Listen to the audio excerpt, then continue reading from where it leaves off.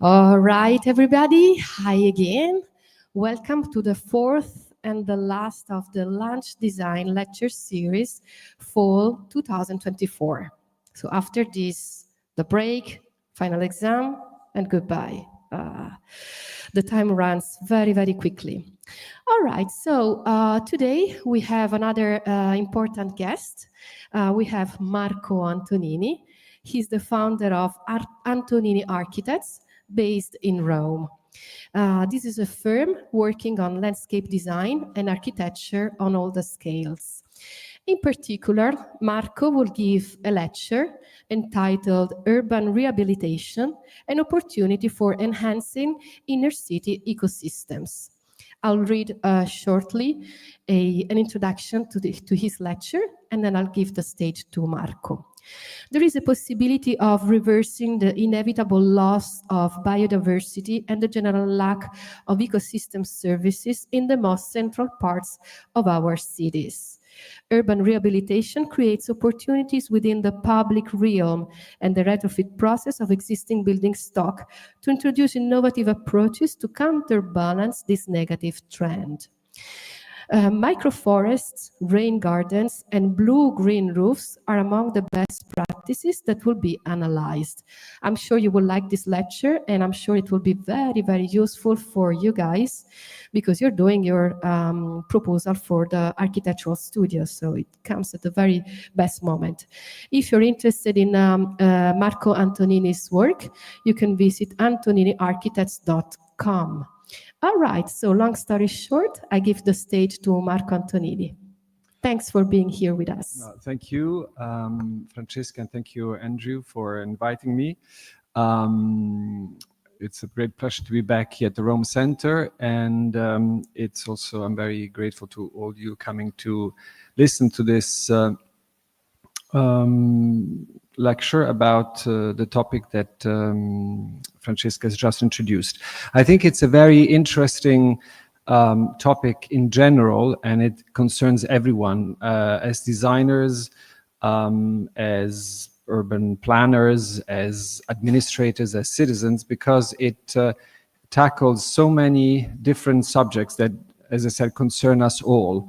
And I think that if we look at this circular diagram here, we can see it as a vicious circle or a virtuous circle, in the sense that we can, there are things that are already part of our urban environment, and also about our awareness that things are definitely changing. I mean, global warming is a certain fact, the loss of biodiversity, urban flooding. Let's see what happened in Valencia a month ago. But we can partly reverse this, or at least we can contribute to reversing this vicious circle by introducing some design-oriented solutions, like which we would then see in detail, like microforests, photovoltaic, blue-green roofs, rain gardens, and start to tackle this vicious circle and the heat island and all the things that lead one thing to the other. before going into the detail, I like to share this image with you, which is part of an entry for a competition that we did for a school in northern Italy, and here we applied in a sort of concerted way, in a systematic way, all the or at least a big part of the devices I was describing. So we can see the blue-green roof on top of the building, which is an evolution of the green roof, which has been known for millennia. Really, it's not something new. Then it has been obviously become much more technological in the, I would say, in the last 100 years. But the fact that buildings were covered with earth and then planted from the mausoleum of Augustus, but way back to the Guards of Babylon, it's something that has always been part of architecture. But the virtues and the pros of green roofs have been really studied now, and how they interact both with the outside in a city environment in terms of capacity of accumulating pollutants, dusts, and also in contributing to the microclimate of the buildings, in the sense that it creates a thermal advantage for, especially in the summer, in terms of the microclimate of the building. And then we will see what it means to have this blue component within the green roof. Then we see the photovoltaic. Photovoltaic is now very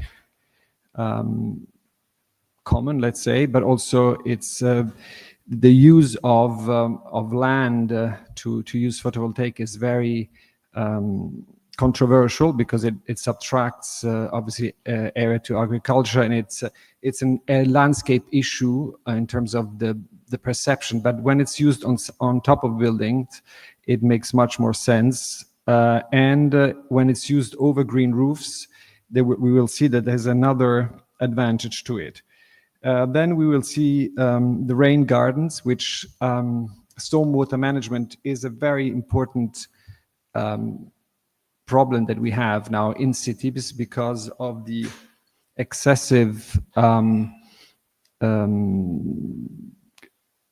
or the lack of permeability, let's say, that has become a real issue, because the runoff find its way through the sewer or to other ways of leaving the city, and therefore it creates flooding, as we know.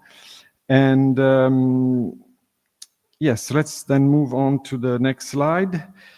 These images I'm going to show you, before I talk to you about microforests, are about also the perception that we have of a green space, and how it can be deceptive in a way. Because if we look at this is, some of you might have recognized where we are. This is Rome, Villa Pamphili. And this is a pine forest or pine wood, which is completely artificial. It's totally man-made. There's nothing natural about it.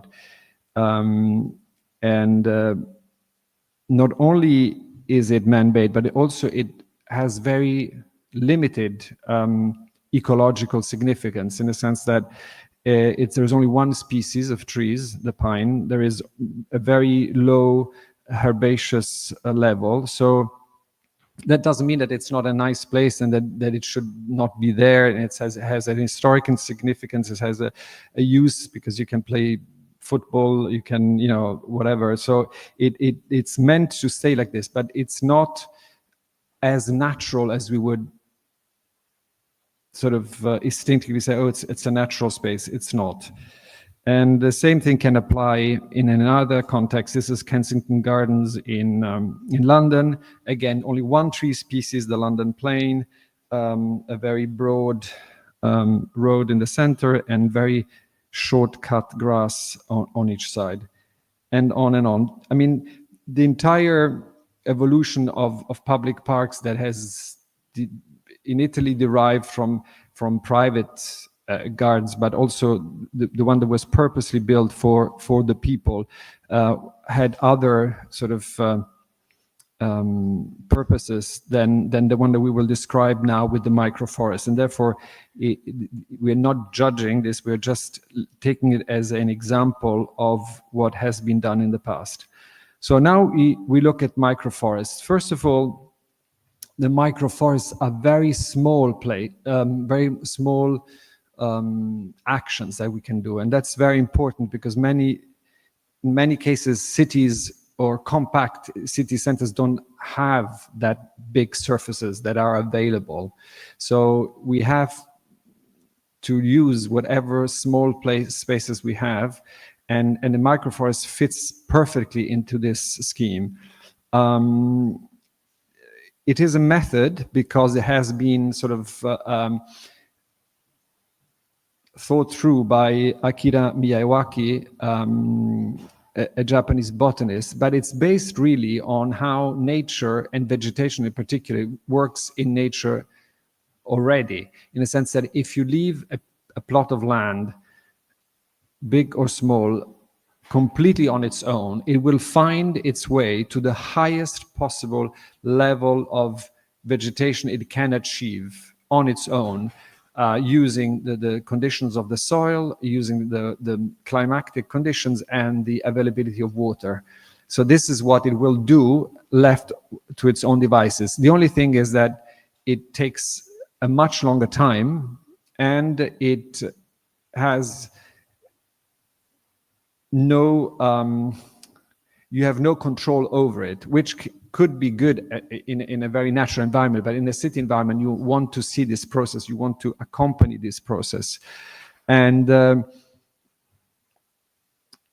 you have to understand how this kind of the structure of a Miyawaki forest works, which is based on 4 sizes of vegetation: the canopy tree, the subtree, and the shrub. Once you are aware that the vegetation sort of organizes itself in a certain way, then you can start planting accordingly.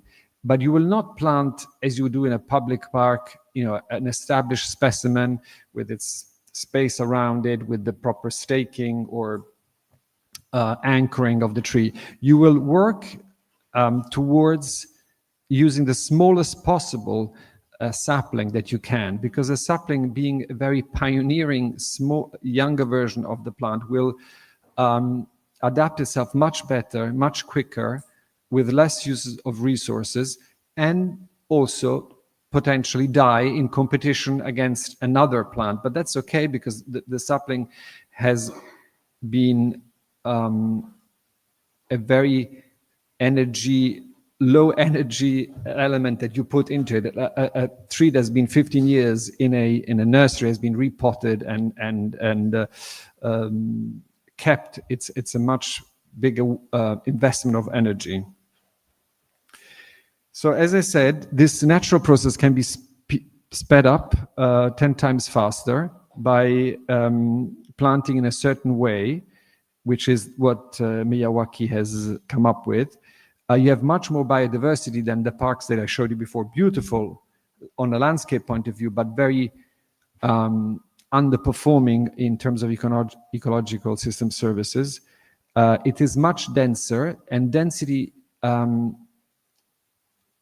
can be good or can be bad. It is good in a way because density means you won't have, or you have much less weeds coming in, so plants that you don't want into things, because the density, the coverage, and the lack of light that reaches the ground will avoid that these plants take over the weeds. The density means also the water is kept more, because the more the surface is exposed, the more the evaporation takes in.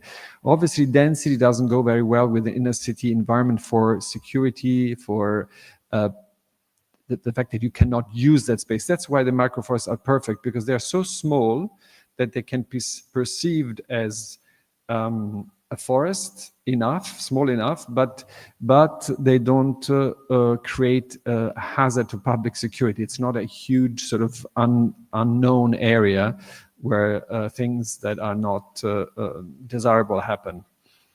The use of local is both referred to the plants. It's very important when you do Miyawaki to try to use as much as possible seeds or species at least that are coherent with the region, because that means you are contributing to, on the one hand, not diluting the sort of biodiversity by interfering with what would normally grow there. And at the same time, usually plants that grow in a certain place because they have adapted to that place. So they use less energy, they're happier, they're more resilient. And then the other very interesting thing is the participative component of creating such a forest. And I hope if I'm quick enough to go through my slides, we have 7 minutes at the end of a video, which I think will show you a bit more concretely what it means to create such a forest. And so we see that this process that I said that would take decades in nature and is here represented with these diagrams. And you see that you plant, seedlings are planted densely, 3 trees per square meter. It seems a nonsense or crazy, but in fact it's not, because trees are a bit like red fish, in the bowl. They adapt to how much space they have. If you keep them very dense, they will limit themselves in growth, but at the same time they will sort of kick out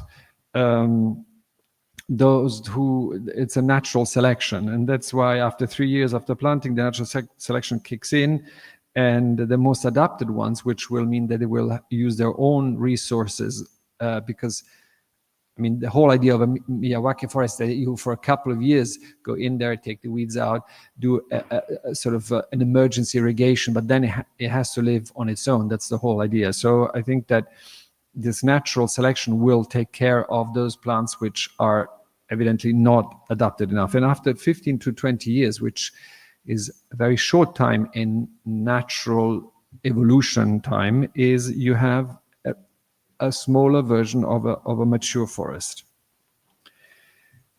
So the benefits of the microforests are that it grows quickly, traps carbon, becomes self-managing, very important, supports the food web, which again attracts also the fauna, the insects, also that are also very important for the city. A city which is completely devoid of animal life is not a healthy environment, and feeds the soil, because there is no leaves blower involved, which are now very common also in Rome. So the leaflet that decomposes and creates more soil. Well, now I'm just going to show you some examples, just to show you how being a method and not a recipe with, this plant, so many, but it is a method you can apply to all climates. Most climates, I would say. Some are actually too harsh, but what you have to do is to adapt and use, as I said, local plants and involve the local community. This one in Los Angeles, it shows us the microforest right after it's been planted. You can see there is a mulch on the ground, which helps a bit with weed control at the beginning and of retaining of the humidity. And just 1 year later, I know it seems crazy and almost fake, but it is really like this. Some species, especially pioneering species like poplars, they do grow a meter, no problem, in one full growing season. This one is in London. The visuals are a bit dubious, but anyway, here it's how it's going to be. It's very interesting how the English interpretation of a microforest, because of their big tradition of horticultural thing, has to become like a mixed border, has to become very sort of garden-like. Doesn't have to be like this, but just to show you how the permutations in different contexts. I'm not going to be very long on this, otherwise we're going to use it all the time. This image is already much more sort of in keeping with what a microforest should be. And here, although there is the highest hierarchy of the trees is already there, which I find to be a bit it certainly works towards the goal of increasing biomass, biodiversity, and all that. But I think that for a microforest to really show itself, its potential should be done on a completely barren field. Okay, here we see that, fungi and all sorts of natural thing happening. This is another example. It's phased, as you see. The area in itself is bigger, still very limited, but it's the microforests are created in pockets, which could look like a contradiction because you want to increase the surface much. But then again, the other problem set in. How do you use it? How do people feel safe in it? How can they cross this microforest? How can they experience it? Therefore, it has been created into these sort of islands, which make a lot of sense. Here we see some of the construction, and this is what it looks like after 2 years of growth. I've completely omitted here that there is a whole other significance to this particular garden about the Yakama Nation, but it has to do with the participatory and sort of significance of involving the local community. And this helps in 2 ways. First of all, it gives people things to do and be involved, understand about ecology. And thirdly, everything that is done with people or local community that are involved, it helps them care about it, and therefore usually things are much more longer lasting and taken care of. This is another one in the UK. I'm not going to dwell on this one.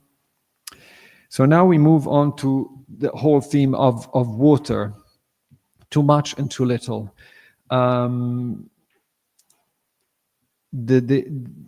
rainfall in a year as a parameter is not any longer interesting to anyone. In Rome, it rains 800 millimeters per year. Yes, but when and how? That's the whole big issue. How concentrated or how diluted or how distributed is this water? Because if it happens like in Valencia, where an enormous amount of water fell in a few hours, the things go really bad. And road-like rivers, as is described here, has happened in Valencia, but it happens in Catania in 2018. It happened in Catania again very recently. And this is the one extreme. The other extreme is rivers like roads, meaning that the rivers lose their capacity. And you can say, okay, fine, when it rains, they fill up again. No, it doesn't work that way. Some rivers, like the rivers you have, for example, in the Middle East, in the Arabian Peninsula, they are very seasonal, and that's absolutely normal that they just get flooded when there is water. Some rivers in the ecosystems that we have in Europe need to have a minimum flow of water in order to keep its fish, to keep its natural systems work. Therefore, these are both extremes, and they're both equally serious. Obviously, also because rivers are a source of water for irrigation, for agriculture, and so this intensification of the hydrological cycle is a climactic issue. But then there is also the fact that how do cities contribute to this crisis? If we look at the scarcely urbanized landscape, we have a high surface permeability, which means, yes, we have roads, yes, we have buildings, but generally the water finds its way to the recipient river, but it also percolates into the ground, and it's all much more under control. Highly urbanized highly urbanized landscape, has a low surface permeability, and that's where the problem starts.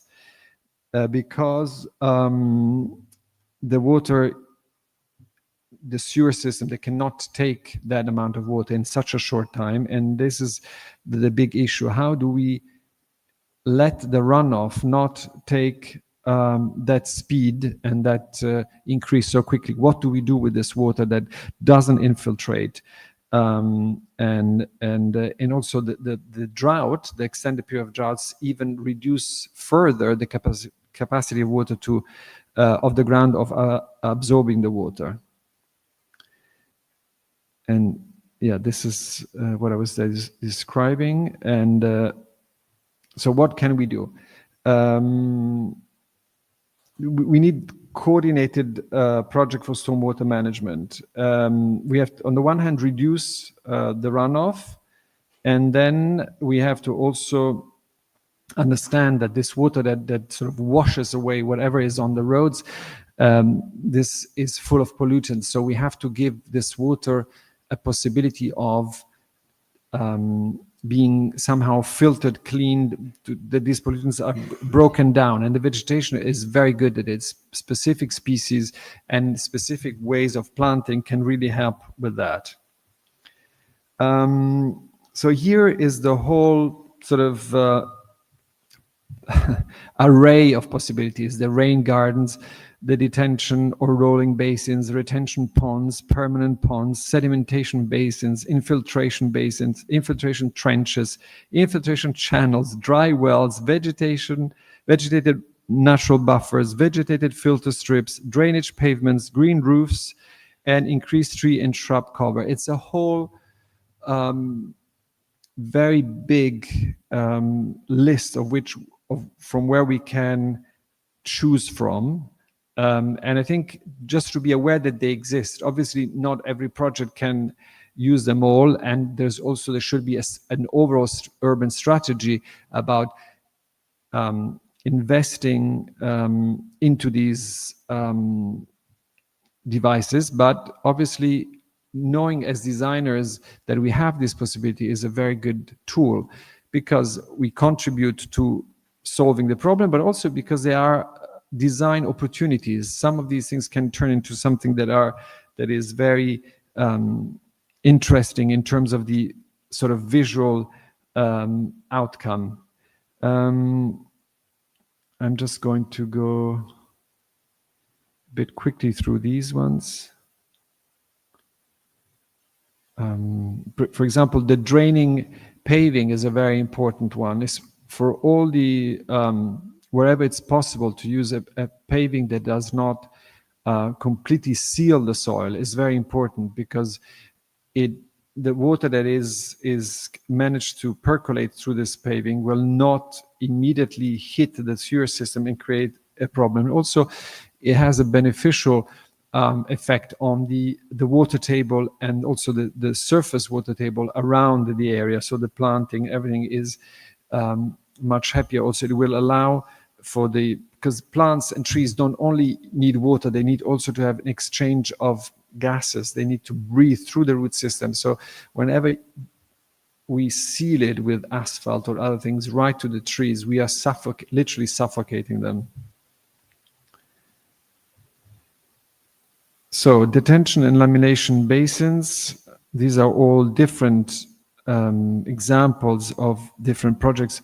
This project here, we will then, sorry, it's very low res, the image, I don't know why, but we will see this project at a later stage. It's a very complex, yet very naturally woven into the urban fabric near Venice. And then we have other examples here, all the way to the point where they become a real feature of a public park. Not all of these measures can be so on a scale so big and so conformative of a part of the city. It can be much smaller, but this is just to give you a sense. For example, this one is in Rome. It's a tiny phytodepuration system, and these species are chosen to because they can tolerate and actually thrive from nitrates, for example, and at the same time the water that flows out of this basin will have a much lower content of those pollutants. Another thing is draining trenches, because the water can also be, you don't have to have, visually very impacting channels where you collect the water. You can also literally carve into the soil a trench and fill it with gravel. Then obviously there are some other measures that you can use to prevent from the soil from infiltrating it. But anyway, this is all to avoid the erosion and the problems and that it can arise of stormwater on a situation where you have a very steep slope. More drainage channels that actually look, if you look at this, it is a very minor sign in the landscape, but it could also be seen almost as a land art. It reminds me of some of the land artists that have worked with stone and creating the spiral jetty and other, or Andy Goldsworthy. So you can do something very nice just by choosing. Okay, here probably no one will really see it. That's my sort of deformation, intellectual deformation. But in some cases, you can really use this to do something that is also visually very pleasing. Drainage channels here. Obviously, you have to be careful in what you plant along these channels, because some of these channels don't have water all the time. So you risk having a vegetation that suffers. So it has to be done in a way scientifically, but at the same time, there is a lot of interest now and a lot of materials where you can learn your where you can derive some lessons from it. And here it shows us the drainage channels and drainage pavement and how it works and how the water is absorbed slowly and then sent back. I'm trying to, these are a whole other array of things that can be done, in particular when there is a stormwater management in terms of lack. For example, planting for many years has been based on the fact that plants were chosen purely on a statical point of view. I've had the opportunity to work in the Arab Emirates for the expo in Dubai from 2016 to 2019, more or less. And there we were asked to use only local or native plants, which no one was growing, because as soon there was oil, there was wealth, their big understandable ambition was to have subtropical plants and really green and lush, which is completely crazy and unsustainable. But when they things have evolved, and now they asked us to use these native and adaptive plants. And so it's incredible how, first of all, there are plants that can live in these extreme situations, literally desert plants, desert trees with very little water. But also it introduces a whole topic, which is the xeriscaping, which is the dry garden. So you can really do beautiful, interesting landscape with much less water. And therefore, this is something that can be worked on. Recuperating as much water as possible and using as little as possible are the two extremes which we have to move. So xeriscape, choice of low irrigation species. And here these schemes are quite complex, but at the same time, once you understand their system, they're not. And here is the phytodepuration that I was explaining to you, the use of plants as an element of reducing pollutants. And you can have this system as a closed system or as a system where you have the water percolate into a ground which has plants, and then somehow the plants break down the pollutant, but the water percolates immediately below it, which is not as efficient as when you do a system which is closed. And so it really is like washing the water through a process and then getting the unpolluted water at the other end, when you can really measure how much it has worked the system. These are biolakes. And decrease of the irrigated lawn areas. For example, in Dubai, we were allowed to use exactly 0 square meters of grass and lawn, which I found was a complete perfect idea. Whereas, there are golf courses in Dubai, it's crazy. But you can do a very beautiful landscape by using gravel, by using stone surfaces, by using other paving that are permeable and use much, much less water. Stones, gravel, granilla. Here in Italy, we have these volcanic rock called Puzzolana, which has a very striking red color or gray color, which can be used as an alternative to cover surfaces. And here I was telling you about how you can use also, once you get rid of the lawn, you can use the ground as a designed surface to create shapes and to just have an idea of a surface treatment that is equally interesting in a way. And then the use of the ground cover plants is also a way of, if you cover the ground, you will reduce the absorption of the evaporation of water, and also reduce the aggression, let's say, of weeds. And here are more examples of garden that use very little water. The image that we saw at the beginning, this is a very interesting area. This is an area near Venice that gets regularly flooded, not every year to the same level of flooding, but there is always some interaction between the built space and the water. And instead of trying to create a dam or to create a space where this area is protected and the water is avoided, it has become an element of design. So this park that we saw before here, this area here, has been used to have exactly that role, to manage the water, to have a series of basins that work as laminations basins, where the water, when the level rises, can flow into and change the landscape temporarily and become it's very, very well thought through. It has to do with micro levels. It has to be done, with the help of engineers that deal with hydrology and know exactly how the floods are going to work. And but you don't give up, as a designer, the opportunity to do something very interesting.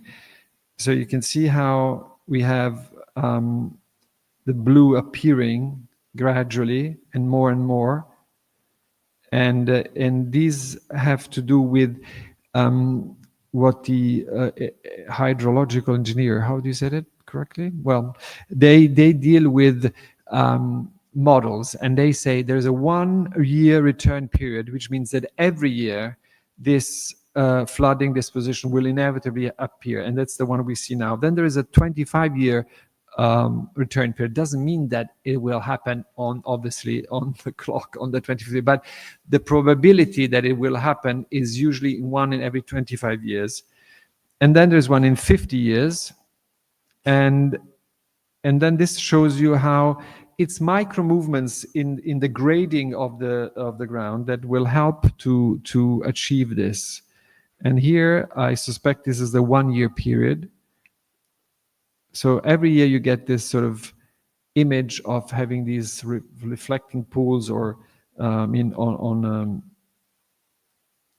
a summer and in a sort of winter autumn version, which I think are incredibly interesting, purely on the sort of landscape point of view, as well as serving the purpose that we described. And these landforms are also very interesting. And here we show some resilient landscapes in terms of drought, the opposite. So dry green infrastructure where the areas are used that border the paved area to the area used by cars by creating these infiltration basins which are planted and yield the water from the paving and then let the plants grow. And this is after 3 years. This is very garden-like again, maybe less sort of interesting on the sort of border between natural, ecological. It's more aesthetically pleasing, but still serves the purpose it was done for. And this is it's incredible, the variation between June and September and November. And now we will talk about blue-green roofs. As I said, green roofs are something that we are kind of aware of.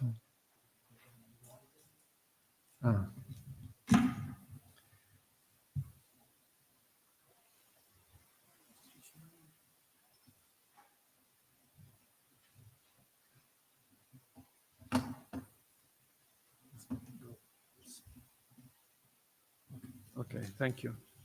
So green roofs, as we perceive that as we understand them now, are you have a roof, usually a flat roof, but it can also be done on an inclined pitched roof, but it works better on a flat roof. Then you get the whole sequence of stratigraphy of tank, of waterproofing, whatever, and then you usually have one final layer that is exposed to the elements, which usually overheats, cracks, has other problems. If you put a green roof over it, you'll have a technological strata which will filter and drain the water that it will naturally receive. But if you take this typical section and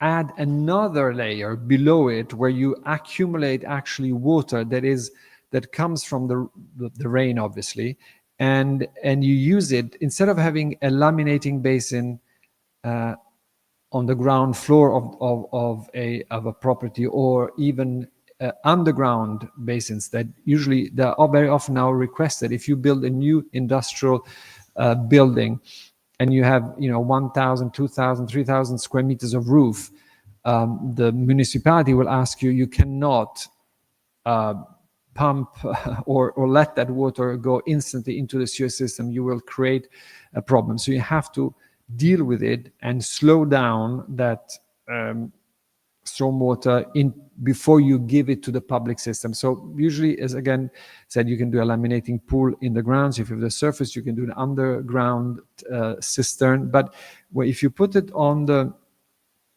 roof of the building, you have a series of advantages, including the fact that you have a secondary additional reservoir of water for the irrigation of the green roof. You will slow down the runoff, and you have an advantage for the reduction of energy you need to climatize the building by an effect that is called thermal.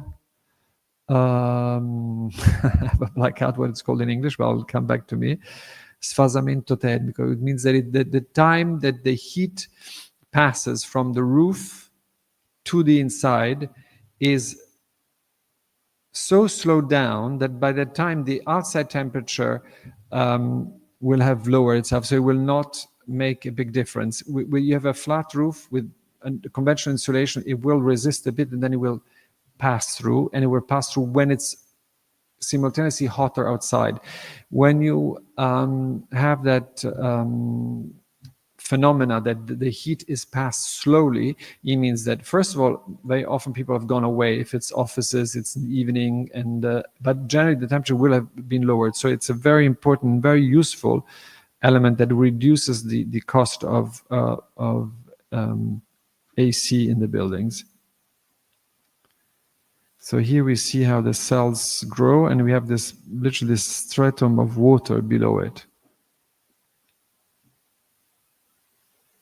And then obviously on top you can do whatever you want, because at that point it becomes like a conventional green roof. Obviously, if you have very limited soil, you can only have like a succulent sedum plant coverage. If you have more soil, you can start planting shrubs. Even more, you can start planting trees, or you can concentrate on some areas the depth to create a bigger planting. Obviously, you have to do it in accordance with the engineer, because every 10 centimeters of water weighs 100 kilos. So you have to, but usually it works very well, because in Italy, for example, buildings, at least northern Italy, have to be calculated for the weight of snow. So there's always an extra sort of allowance that you can dip into. And they can become really, really interesting spaces. I don't know if you're familiar with Roberto Burle Marx, this fantastic painter turned landscape architect in Brazil. He was doing this almost a century ago, really, when he did the Ministry of Health, I think in Rio, was in the 30s. He painted with plants on green roofs. And here are more examples. Very, very different contexts, but always it's incredible how really you can mimic certain natural environments and reproduce them on top of buildings to be used, in lunch breaks and things. Let me be a bit quicker, otherwise we won't be having time to see our little video at the end.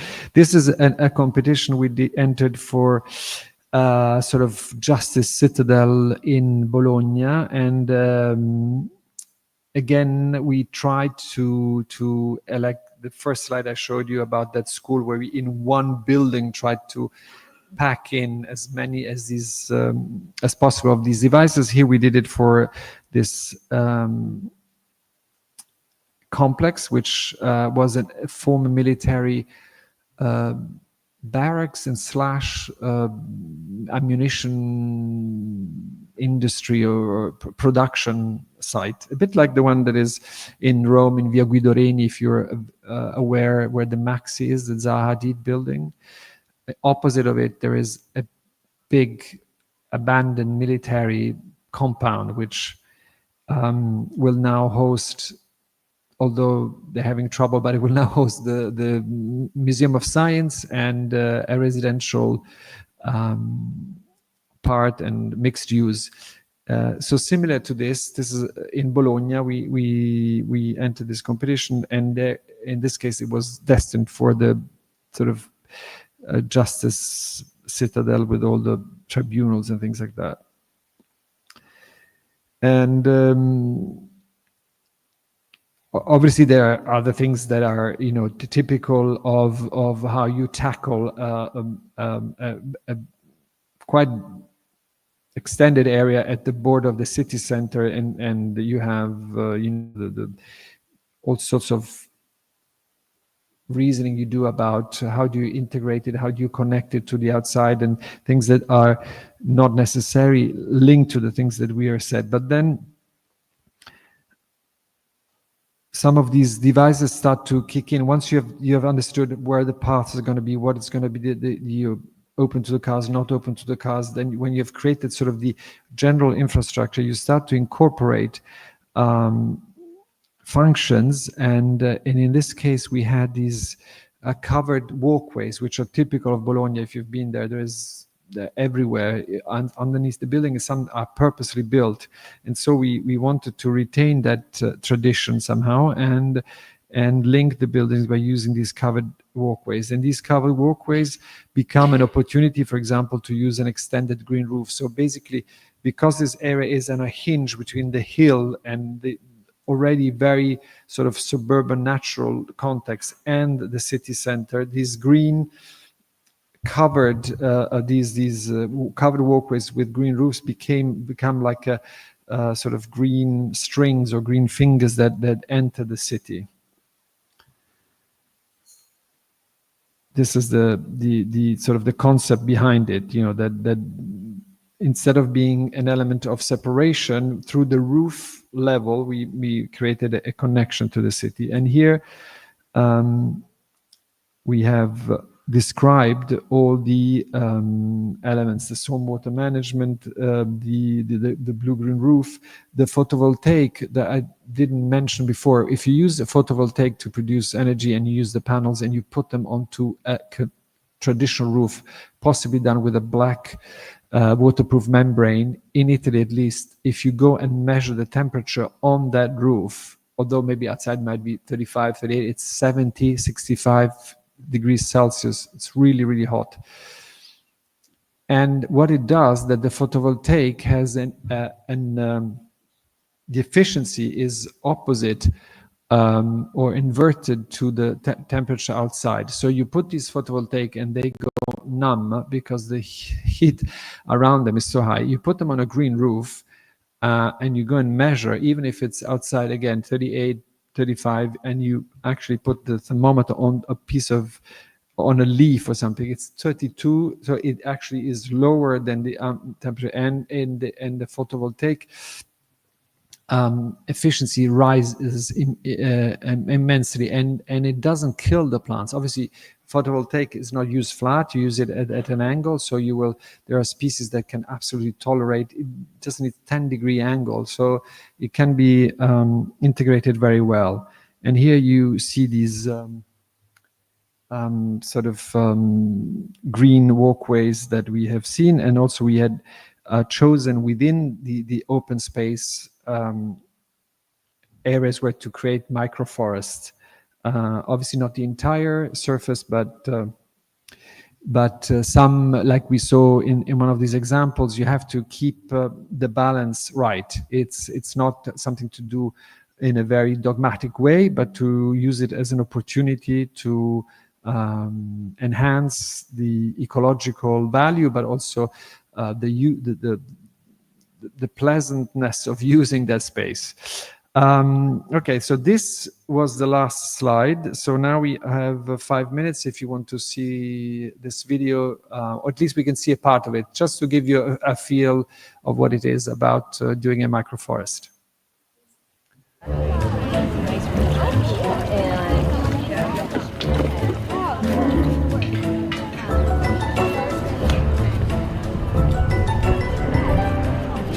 And we just dunk it all the way in, and see it's bubbling up right now. Like really gross coffee, exactly, like full of plant material. This is Maya Dutta, and she's introducing a new kind of forest to Massachusetts. Beautiful, and now... It's called a Miyawaki forest, a dense, biodiverse plantation with only native tree species. Welcome home. The Miyawaki forest aims to recreate the natural forest of a given area prior to kind of massive deforestation and development. Miyawaki forests were first introduced in Japan in the 1970s by ecologist Akira Miyawaki, and they aim to benefit not just humans, but the entire local ecosystem. What's more, they're designed to become self-sufficient 2 to 3 years after planting. The first Miyawaki forest Maya helped plant in Cambridge now looks like this 2 years after planting.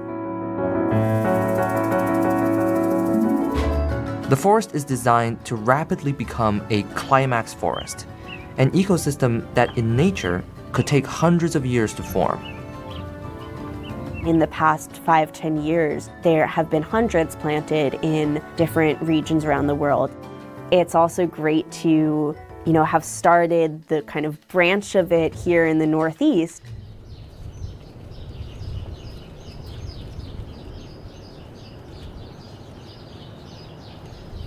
Maya's second Miyawaki forest project packs 900 plants into 1,400 square feet of land.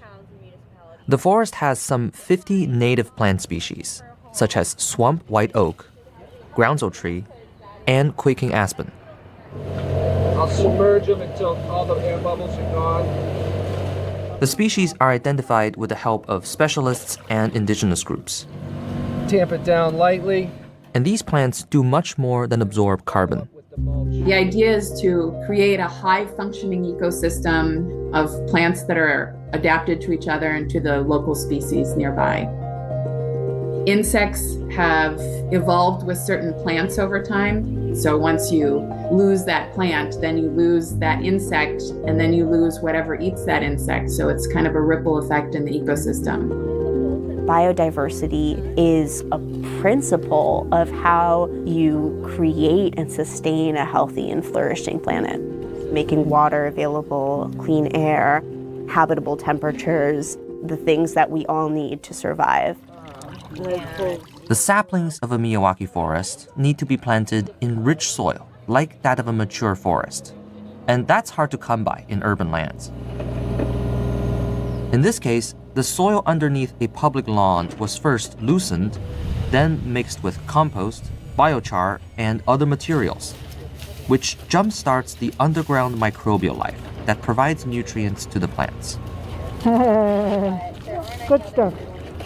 We plant those species that we've selected very densely to facilitate both the cooperative, dense, beautiful root network underground, and also to kind of foster some competition for upward growth. This is Maya's first Miyawaki forest a year after planting. Once planted, the forest needs weeding and watering for 2 to 3 years. Then, as a dense canopy forms, nature takes over. That canopy then shades out the weeds and holds the humidity in the system so that it doesn't need to be watered and it doesn't need to be maintained any way whatsoever. At that point, they're doing that same process that we see in natural forests. Produce new growth, have that leaf drop down into the soil, have fungi decompose that. They can kind of stand on their own, so to speak. We're making great progress. We've got a section done and mulched. And I get to just keep talking about Miyawaki Forest and what we're doing here, so yeah. I had grown up in a time of, knowing about global warming, hearing all of these dire predictions, but not seeing any kind of large actions being taken on it. And certainly through college, my MO was like, I can't handle it. I will try not to think about it. After graduating college, I worked in the tech industry for a couple of years. It was a very comfortable life, but, I kept getting more and more agitated by kind of my understanding of climate change. I was really sad, I was really angry, I was really, I think, predominantly scared. Eventually, Maya changed her career. She joined Biodiversity for a Livable Climate, a Cambridge-based group that educates people on the importance of ecological restoration. They're all native trees, so they all belong in this area. As a project manager, she worked with the local government, professional forest planters, and residents to create the 2 Miyawaki forests. Today, she's working on 3 more in Massachusetts. That's beautiful. I love this one. I think another hallmark of these forests is that they are community-based and community-led. It's changed my relationship to people, to view people as, collaborators or potential collaborators and allies. Come here for the helping the city, growing, Yeah, it's nice. As a parent, I'm always trying to think about how we involve our kids in taking steps towards a better climate so that it doesn't just become this big thing of anxiety, but we feel engaged in solutions. A little bit in disbelief. It happened, we got it done.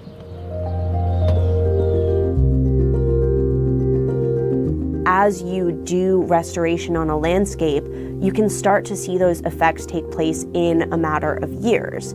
And so if that's something that we can work on at a large enough scale, we can see tremendous changes for health and for resilience in a generation. And so knowing that that is possible, seeing with my eyes the examples of that happening, that That's grounded hope to me.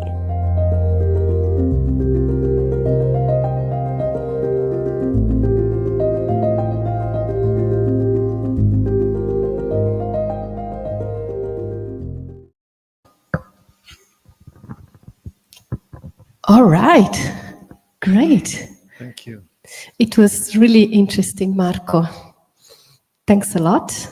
Thank you for inviting me. Now I gotta tell you about this habit that we have at the Rome Center. We usually ask a few of our students to make a little exercise, like pretending they had a chance to interview you and write a few questions that they would like to ask you in this kind of situation. So I collected a number of the questions that the students wrote down, and I would like to share maybe 2 or 3 of them so that we can, activate a kind of a discussion. So there's, as always, many, many interesting questions that our students write down for our guests. There is one for you, which is about how do you integrate ecosystems in a huge city like Rome? I think our students were very worried about your opinion of our own town and how difficult it is to work with ecosystems in a city like that. Well, I think through the example of microforests, we saw that the scale of the city and the scale of these interventions are not in contrast. You can be in a huge city or and still do something by starting with these microcells.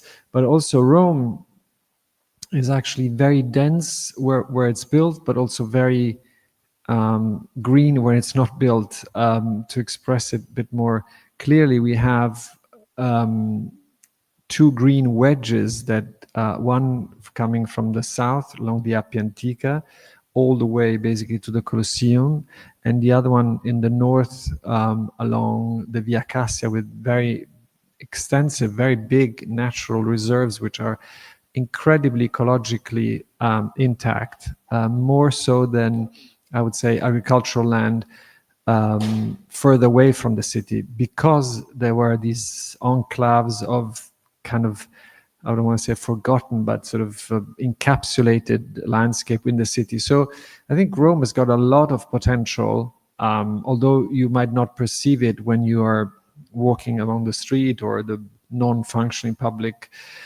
transportation system and other things that it might look as a hostile city to some extent to these topics, but not through the help of people or administrators, but through the actual conformation of the city. There is a lot of ecological potential. Although I have to say that the green wedges were a very deep thought by planners in the 1962 town master plan, notably, my professor that I had at University, Vittoria Calzolari, she really insisted and fought for these 2 green wedges because of the shape, these green triangles, let's say, they come into the city, especially the one on the Appia Antica. So I think one shouldn't be defeated by the size of the city to think about that. Okay, so this is a good news. Yes. I think that our students were a little bit scared about these big monsters like the city of Rome, and which seems to be everything difficult to be done. Yeah. Our students were asked to go on your website, study your philosophy, your projects, your background, and then write down the questions. Okay. And I have a question which has to do with the arts. Your work often blurs the lines between landscape architecture and the arts. How do you maintain a balance between the 2 expressions? It's very difficult in the sense that I had 10 years where I was working with 2 other colleagues, friends, and that we had partly done the studies together, and we really were very determined to work on this field between land art and landscape architecture, and that we were doing sort of intuitively almost, wanting to use sort of temporary gardens or temporary occasions to say something that, in fact, they were then finally described as conceptual gardens. Someone who sat down and wrote a book about it called Tim Richardson, then defined them as conceptual gardens. And they say the difficulty is that then in the commissions that you then get, be the public or private, it becomes always more difficult to have that level of freedom that you can have in ephemeral or temporary gardens, which was our main field of experimentation. Having said that, it can be done, it should be done, and but it is not easy to keep the two things together. Yeah, sorry, but this was a very tricky question, right? I can handle it. Then there is a pretty interesting question, which is about what do you think it is feasible to see? Do you think it is feasible to see a future where it is the norm for people in urban environments to grow their own food and produce their own community gardens? Well, this is obviously to do with the structure of the city. It's obviously much easier in situations where the city has evolved, where everyone has their own garden or there are communal gardens. It doesn't have to be small places. I mean, London, for example, has a huge stock of private gardens, even in inner city dense areas, because of the historic evolution. Rome historically doesn't have that, or let's say recent Rome doesn't have that at all. So it is not so easy, but certainly there are some examples where portions of public parks are devoted to these community or shared vegetable gardens, and I think they're more interesting for the experience that they give and the community that is created around them than for the actual produce in itself. So I think there is always space, but yes, it has to do a lot to do with the structure of the city and how it's the availability of spaces, private spaces, semi-private spaces. Yeah, I see. And coming back to Rome, there was somebody curious to see what challenges have you encountered when working in Rome, speaking about regulations, zoning, norms, and stuff like that, and how difficult it is to deal with them. Well, I can give you two examples. I did a small private garden, 500 square meters, but in a very beautiful part of Rome, which is has a sort of a listed protected landscape, and it took a year to get the permits to do a garden which was more sympathetic to the historical value of the building and than the one that was before. So it can be incredibly frustrating to deal with this on the one hand, and also to do with regulations. With other colleagues, we designed a public park, which in Rome, which is very much loved by the people who use it. But I personally avoid going there because I see so much of what the design intent was lost in the building process, that for me it's really painful. But I know that people love it. It's love it because the location itself deserved to be used and whatever. But for example, it can be very frustrating how the roles are broken up here between the designer, the construction supervision, and how you lose control over a design very, very quickly. And the contractors come in and they do all sorts of exceptions. So yes, it is a very difficult environment, professionally speaking. Yeah, we know it very well, right? There was somebody curious about when do you select plants and materials to ensure, how do you select, plants and materials to ensure they are locally appropriate and resilient? Well, this goes into the biographical now, in the sense that I wanted basically to be a gardener. Although I am a fully trained architect and then a fully trained landscape architect, I'm deeply interested in plants, and I have worked as a gardener at the Chelsea Physic Garden, which is a small botanical garden in the center of London when I was young, when I was still at high school. So I have, accumulated a lot of knowledge for my own interest, but then even when I studied architecture, and at my time there was no separate studies in landscape architecture, I did all possible exams that were related to this topic. Some exams you could do outside, at botany exams, for example. And then the year I graduated, this specializing school, like a medical school, postgraduate, came out for 3 years dedicated only to landscape. So unless you have a big, opportunity like this, you can always work with, a horticulturalist, with a expert in botany and whatever. So you're applying a principle. Then you can have a consultant or a friend when you're young and start designing. So you don't have to have that extensive. It's better you have it, but it's not crucial. Yeah. And then we conclude with one last question, which seems to be very simple, but it probably isn't. How do you feel architecture affects landscape architecture and vice versa? Well, this is a very... Vero? Sorry. Well,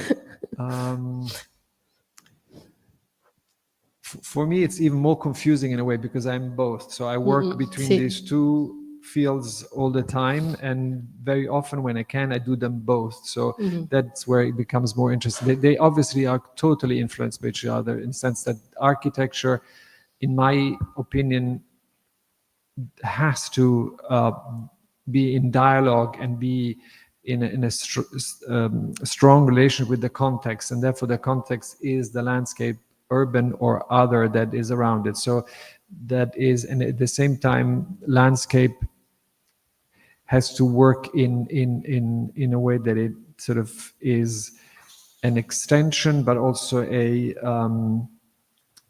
something that influences the architecture. So I think they're very, very much intertwined. And if you think of, for example, all the historical villas from in the Renaissance, there's always been such a refined and proportionate relationship between the two things. The facade is reflected often in a parterre, in the planting border. So I think throughout history, it's always been there. It has been lost for a time, I think, but now it's more and more relevant, and especially with the ecological component, helps a lot to recreate a very strong relationship between architecture and landscape architecture. That's, I think, a great answer to conclude this intervention, because our students are now concluding their own projects, and the tendency very often is that they think about the architecture, and then the context around, being landscape or public spaces, comes after, which is a contradiction. They should be designed together. Yes. Yes, please. Sure. Sure, guys. If you have any question about the presentation, it's absolutely okay. Sure. Yes, you will have one. Sorry, I gotta give you the microphone. Yes. Hello. Hi. Looking at these microforests, are those something that can become productive, like creating food for communities, or is it something that after that 2 to 3 year mark really needs to be left alone to be like this forested area? I guess it's not their main purpose, and also the fact that it's a system that should be left somehow alone. You see that it's been fenced in, because it, compacting of the soil by walking on it. I think it's more as another main purpose. So I guess that planting for food, which is also very interesting, should be maybe thought in another way. And also, obviously, depends.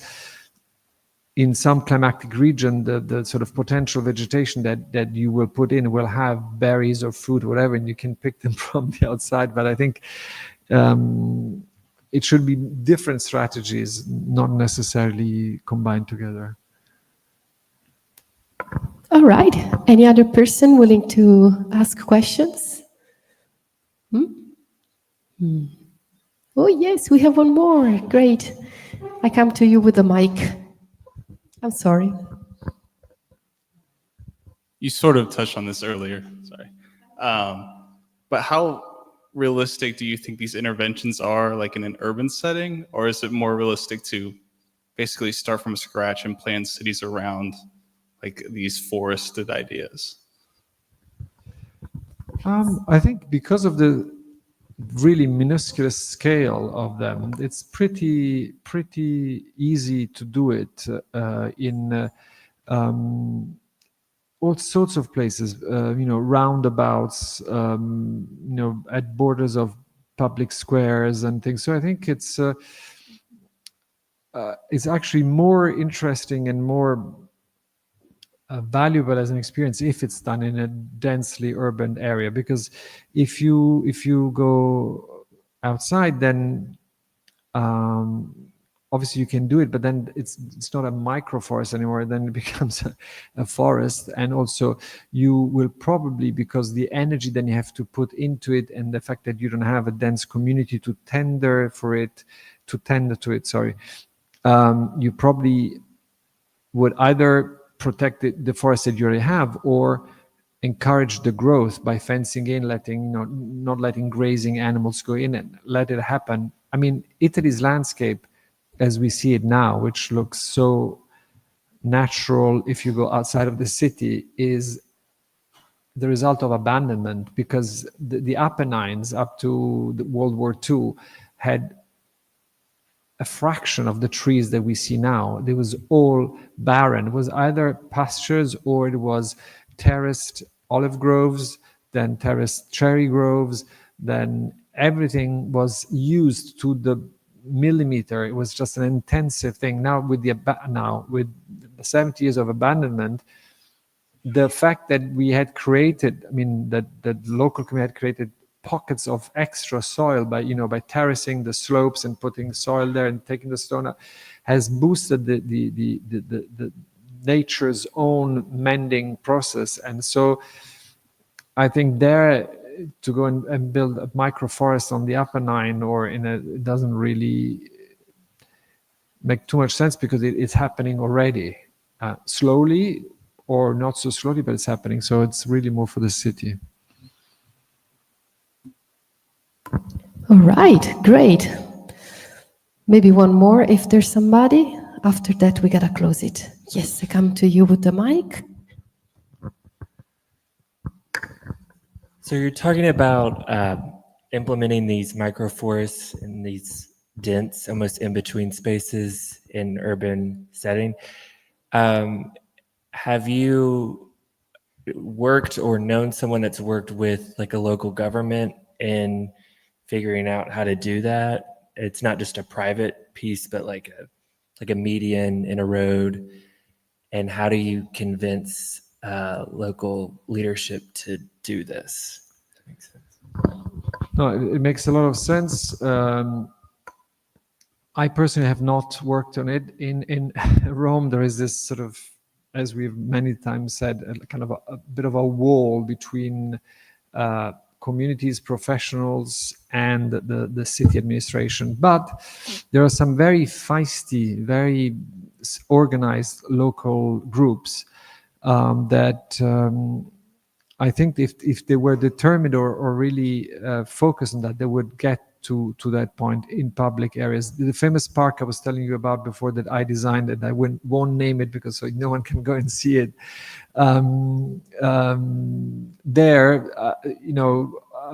Amongst the many faults of that park, a building was built within a children's play area. It was has to become like a cafe, so the mothers would stay there and look at their kids, and it was a very good idea. But obviously they built the building and never assigned it to anyone. So 1 year, 2 year, 3 years, and then obviously the broken glass effect, how's it called when it was destroyed, that building, and it was too late to invite anyone to open up a cafe or bar there because it was a wreck.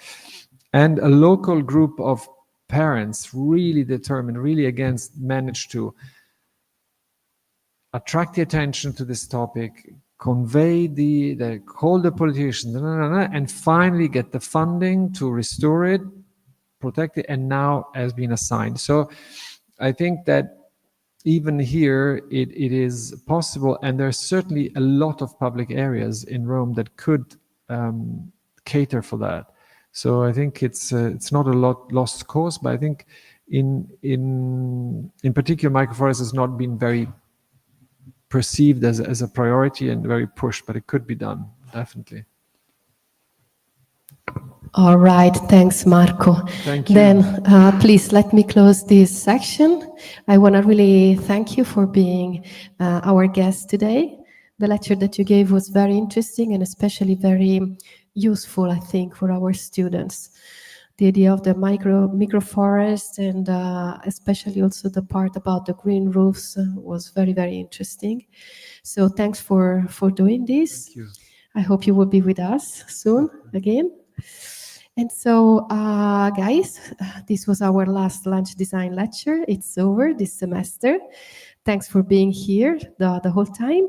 And that's it. Have a nice break. Ciao, everybody. Thank you.